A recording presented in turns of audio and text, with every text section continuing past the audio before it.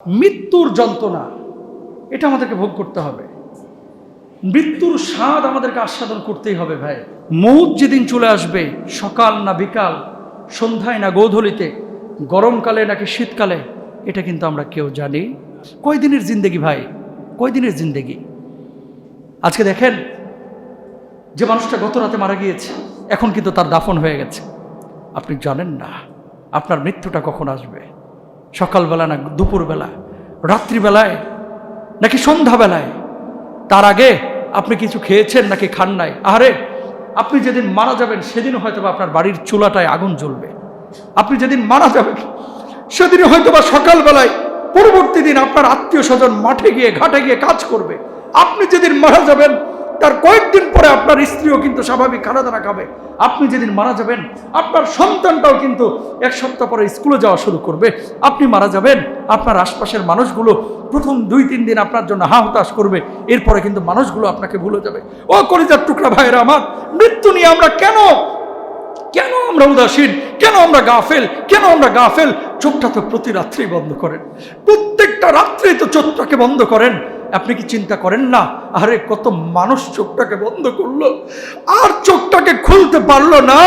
আরে আপনি কি চিন্তা করেন না, কত মানুষ রাত্রিবেলায় ঘুম থেকে উঠে এই ঘুমটা তার শেষ ঘুম হয়ে গেল? আপনি কি চিন্তা করেন না, আপনার বাবাটা ঈদের সময় আপনার সাথে একসাথে নামাজ পড়েছে, আজকে সেই বাবাটা গোরস্থানে শুয়ে আছে? আপনি চিন্তা করেন না, যে মানুষগুলো আপনার সাথে দিন রাত একসাথে কাটিয়েছে, সে মানুষগুলো আজকে আপনি মারা যাওয়ার পরে কিছুক্ষণ পরে, 2 দিন 4 দিন 5 দিন পরে ভুলে যাবে। একটা বারকে আপনি কল্পনা করেন না? আপনি কি চিন্তা করেন না? একটু চিন্তা করেন। দুনিয়া বড় কঠিন। গোটা দুনিয়ার সিস্টেমটাই, নিজামটাই হচ্ছে ধোঁকাবাজির নিজাম। এবং দুনিয়া, এজন্য আল্লাহ তাআলা বলেছেন ওমাল হায়াতুদ দুনিয়া ইল্লা মাতাউল গুরুর, যে পার্থিব জীবনটা হচ্ছে একটা ধোঁকার জীবন। আল্লাহু আকবার বলেন। তাহলে কি করতে হবে সুন্দর মৃত্যুর জন্য, ভালো মৃত্যুর জন্য? আমাদের করণীয় কি? প্রিয় ভাইরা আমার, ভালো মৃত্যুর জন্য সাহাবী রিদওয়ানুল্লাহি আনহুম আজমাইন যেভাবে প্রস্তুত নিয়েছেন, সব সময় মৃত্যুকে স্মরণ করতে হবে। সাহাবীরা এভাবে শিখেছেন। আল্লাহর হাবিব সাল্লাল্লাহু আলাইহি ওয়াসাল্লাম বলছেন আকসিরু যিকরা হাযিমিল লাযযাত। আল্লাহর হাবিব বলছেন তোমরা বেশি বেশি মৃত্যুকে স্মরণ করো। আমার নবীজির জীবনে কোনো গুনাহ ছিল না। ওয়াল্লাহি লা আস্তাগফিরুল্লাহ ওয়া আতুবু ইলাইহি আকতার মিন 70 মাররাত। আমার নবীর জীবনে কোনো গুনাহ নাই, নবীজি জীবনে কোনো গুনাহ করেন নাই। আমার নবী নিষ্পাপ ছিলেন, আমার নবীর জীবনে কোনো গুনাহ ছিল না, কিন্তু আমার নবী প্রতিদিন 70 বারের বেশি তওবা করেছে। আপনি আমার জীবন, আপনার আমার জীবনে শত শত হাজার গুনাহ আছে, কিন্তু আপনি আমি দিনে একবারও তওবা করার সুযোগ অনেকেই পায় না। কথা বলেন ঠিক কিনা? আল্লাহর হাবিব সাল্লাল্লাহু আলাইহি ওয়াসাল্লাম বললেন এজন্য আকসির যিকরু হাদিমুল লাযযাত, বেশি বেশি মৃত্যুকে স্মরণ করো, কারণ দুনিয়ার সব আস্বাদন, সব স্বাদ কিন্তু মৃত্যু ধ্বংস করে দেবে। আল্লাহর হাবিব সাল্লাল্লাহু আলাইহি ওয়াসাল্লাম 1 নম্বরে বললেন, 2 নম্বরে বললেন দুনিয়ার প্রতি আসক্তি কমাও। কুন ফিদ দুনিয়া কাআন্নাকা গরীবুন আও আবিরু সাবিলিন। বলুন আল্লাহু আকবার। নবীজি বললেন ও দুনিয়ার মানুষ, শোনো, দুনিয়ার জিন্দেগিতে এমন ভাবে তুমি থাকো যেন তুমি একজন পথিক, যেন একজন মুসাফির, অথবা একজন অপরিচিত ব্যক্তি। ও কলিজার টুকরা ভাইয়ের আমার, খেয়াল করেন, এই দুনিয়ার জিন্দেগিতে যত চাকচিক্য, যত মায়া, যত ভালোবাসা, সব কিছু একদিন শেষ হয়ে যাবে যখন মালাকুল মাউত এসে রূহটাকে কবজ করবে। কথা বলেন ঠিক কিনা? মৃত্যুর যন্ত্রণা এটা আমাদেরকে ভোগ করতে হবে। মৃত্যুর স্বাদ আমাদেরকে আস্বাদন করতেই হবে ভাই। মৌত যেদিন চলে আসবে, সকাল না বিকাল, সন্ধ্যায় না গোধূলিতে, গরমকালে নাকি শীতকালে, এটা কিন্তু আমরা কেউ জানি। এই জন্য আল্লাহ রাব্বুল আলামিন বলছেন কুল্লু নাফসিন যায়িকাতুল মাউত।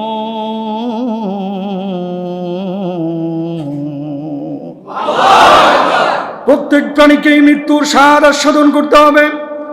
ও কলিজার টুকরা ভাইয়েরা আমার, যারা এখানে বসেছেন, আল্লাহ রাব্বুল আলামিন আপনাদেরকে এখন হায়াত দান করেছেন। আজকে রাত্রিবেলায় যে মানুষটা মারা যাবে, এই মানুষটাও আপনার মতো অনেক দেরিতে ভাবতো, ওই মানুষটাও কিন্তু ভাবতো আমার এখনো হায়াত বাকি আছে, দুনিয়া থেকে আমার এখনো বিদায় নেওয়ার সময় হয় নাই, হয়তো 50 বছর বাঁচবো, হয়তো 60 বছর বাঁচবো, 70 বছর বাঁচবো, কিন্তু হঠাৎ একদিন মালাকুল মাউত এসে দুনিয়ার সব সম্পর্ক ছিন্ন ভিন্ন করে কবরে নিয়ে চলে গেছে। কথা বলেন ঠিক কিনা?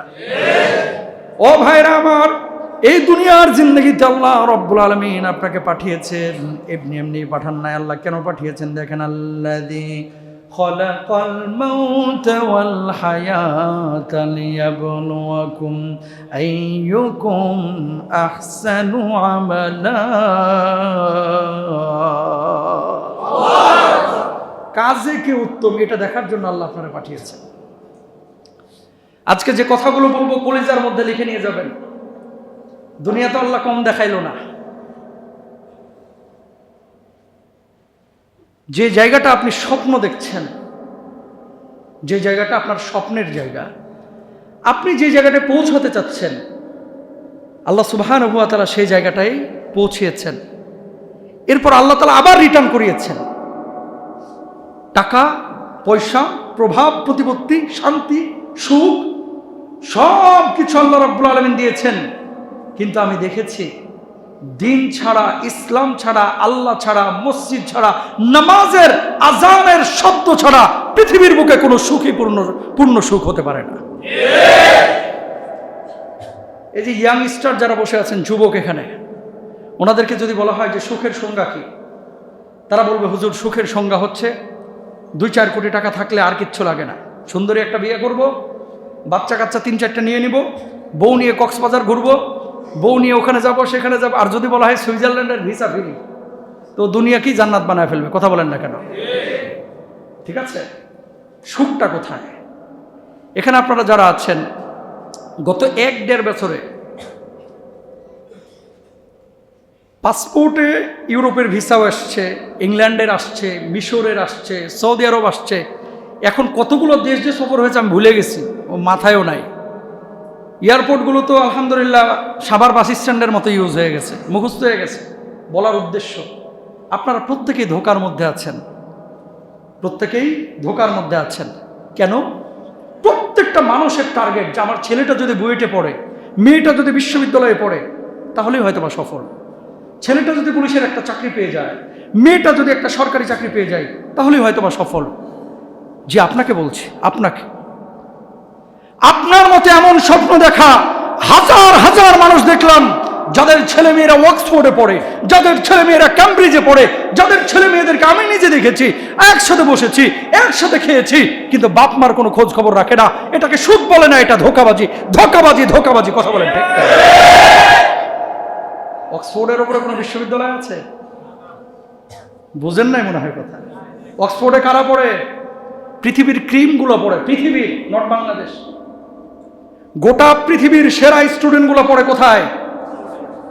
এবং সেই অক্সফোর্ডে এমন স্টুডেন্টও পেয়েছে, আল্লাহকে চিনে গিয়েছে, এই বড় দাড়ি, জুব্বা টুপি, দেখে মনে হবে যে মাদ্রাসার হুজুর, মনে হয় ধান টান কালেকশন করতে এসেছে গ্রাম থেকে, অথচ অক্সফোর্ডে গ্র্যাজুয়েশন করা।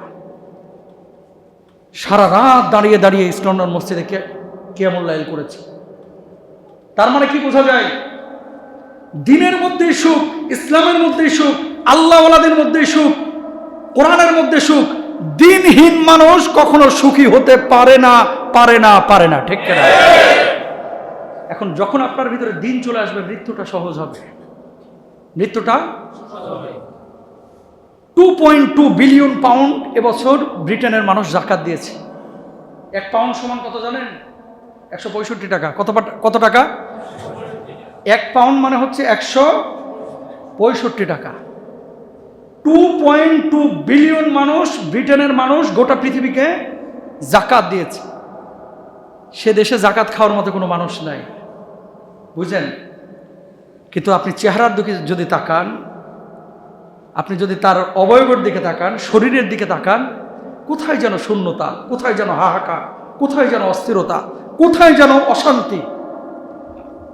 10% মানুষ সুখে আছে, 90% মানুষের ভিতরে একটা অস্থিরতা, অশান্তি অনেকের মধ্যে কাজ, মানে এরকম দেখা যায়। তো তারাই অশান্তিতে, যাদের নামাজ নাই, দিন নাই, ইসলাম নাই, হালাল হারাম তোয়াক্কা নাই। আর তারাই সুখী যাদের মধ্যে দিন আছে, ইসলাম আছে, হালাল হারাম আছে। আল্লাহু আকবার। তো আপনি আপনার ছেলেকে অক্সফোর্ডে পড়াবেন, হার্ভার্ডে পড়াবেন, ক্যামব্রিজে পড়াবেন, অথবা বুয়েটে পড়াবেন, এরপরে কি? এরপরে কি? শেষ। এখন এই ছেলে যদি আপনার খবর না রাখে, এই ছেলেটা যদি আপনি মারা যাওয়ার পরে দোয়া না করে, এই ছেলেটা আপনার রূহটা কবজ হচ্ছে সেই সময় যদি একটু কালিমাটা না পড়ে, এই ছেলেটা এসে যদি আপনাকে একটু সহানুভূতি না দেখায়, আমি মনে করি আপনি যত বড় পয়সাওয়ালা হন না কেন, আপনি ব্যর্থ বাবা, ব্যর্থ বাবা। কথা বলেন ঠিক? এই হুজুরকে ছোট হুজুর, খাটো হুজুর, মোটা হুজুর, চিকন হুজুর, ফর্সা হুজুর, কালো হুজুর এভাবে বিবেচনা না করে শুধু চিন্তা করেন যে মানুষটা কোত্থেকে এসেছে। এটা একটু মাথায় থিঙ্কিং করেন, এটা একটু থিঙ্কিং করবেন। কেন বলতেছি? প্রত্যেকটা মানুষ যারা এখন সুখী মানুষ হিসেবে আপনারা চিনেন, এই মানুষগুলো অসুখী। 10% মানুষ সুখী। তাহলে যারা উন্নত বিশ্বে আছে তাদের মধ্যে যদি এই অবস্থা হয়, তাহলে আপনি যেখানে আছেন, আল গিনা গিনান নাফস, সুখটা আসলে নিজের কাছে। আল্লাহ আপনাকে যে জিনিস দিয়েছে একবার থিঙ্কিং করেন, চিন্তা করেন, আল্লাহ তুমি যা দিয়েছো আমি এর উপযুক্ত ছিলাম না, আমাকে এর চাইতে তুমি বেশি দিয়েছো, বেশি দিয়েছো। সুবহানাল্লাহ। প্রিয় ভাইরা আমার, এবার আসুন যে কথা বলছিলাম, দুনিয়ার জিন্দগি থেকে আপনাকে আমাকে একদিন চলে যেতে হবে। মৃত্যুর স্বাদ আমাদেরকে আস্বাদন করতেই হবে, আস্বাদন করতেই হবে। সকালবেলায় মৃত্যু আসবে নাকি সন্ধ্যাবেলায়, গোধূলি বেলায় আসবে নাকি কখন আসবে আমরা কেউ জানি না। আল্লাহ রাব্বুল আলামিন বলছেন, ওয়াজাআত সাকারাতুল মাউতি বিল হাক্কি যালিকা মা কুনতা মিনহু তাহিদ। সুবহানাল্লাহ বলেন। মৃত্যুর যন্ত্রণা অবশ্যই আসবে। এটাই সেই জিনিস যেটা থেকে তুমি পালাতে চাইতা। আমার বাপ পালাইতে চেয়েছে, আমার দাদা পালাইতে চেয়েছে, আমার দাদি পালাইতে চেয়েছে, আপনাদের মুরব্বীরাও পালাতে চেয়েছে। প্রত্যেকটা মানুষ মৃত্যু থেকে পালাইতে চায়, কিন্তু আল্লাহ রাব্বুল আলামিন মালাকুল মাউতের মাধ্যমে তাকে ঝাপটায় ধরে দুনিয়া থেকে বিদায় করে দেন। কথা বলেন ঠিক কিনা?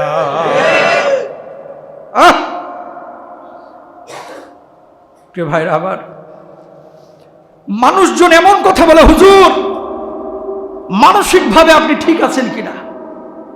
উন্নত দেশ থেকে আপনি চলে যাচ্ছেন, মানসিকভাবে আপনি ঠিক আছেন কিনা? মানে মানুষ কতটা দুনিয়ামুখী আপনি কল্পনা করতে পারেন? মানুষ কতটা দুনিয়ামুখী। মানসিকভাবে আপনি ঠিক আছেন কিনা? তার মানে কি? তার কাছে সুখটা হচ্ছে ইউরোপে, সুখটা হচ্ছে আমেরিকায়। ইউরোপ আমেরিকায় মূল সমস্যা হচ্ছে ছেলে মেয়েরা বড় হয়ে যাওয়ার পরে যার যার মতো ব্যস্ত হয়ে যায়। বছরে একবার দুইবার খবর নিতে আসে, ফোন দেয়ও না।